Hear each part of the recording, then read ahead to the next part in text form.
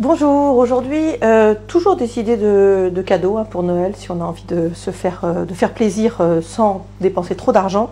Deux livres sur deux musiciens, vous allez voir un très différent. Je ne sais pas si on peut les mettre côte à côte, mais si, pourquoi pas. Il y en a un qui concerne Mozart et l'autre qui concerne Barbara.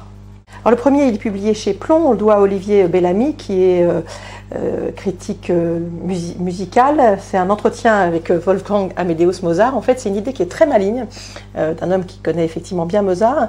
On sait que Mozart en fait écrit beaucoup de lettres, donc il y a beaucoup d'écrits de Mozart qui restent. Et Bellamy, pour essayer de mieux faire comprendre qui était cet homme, a imaginé une rencontre vers la fin de sa vie, juste après qu'il ait écrit La Flûte enchantée.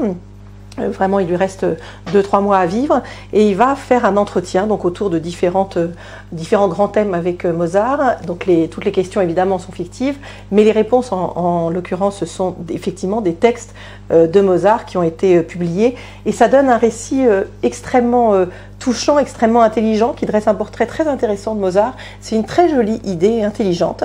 Donc ça c'est le premier livre et le second, donc on s'éloigne mais une très grande artiste également, qui est Barbara. Pardon, David Lelahello, dans la petite bibliothèque Payot, a fait une biographie de cette immense artiste et ça donne un résultat qui est aussi intéressant. C'est un aspect très différent de cette femme qu'on ne connaît pas. C'est quelque chose qui la rend comme toujours éminemment passionnante et séduisante et touchante.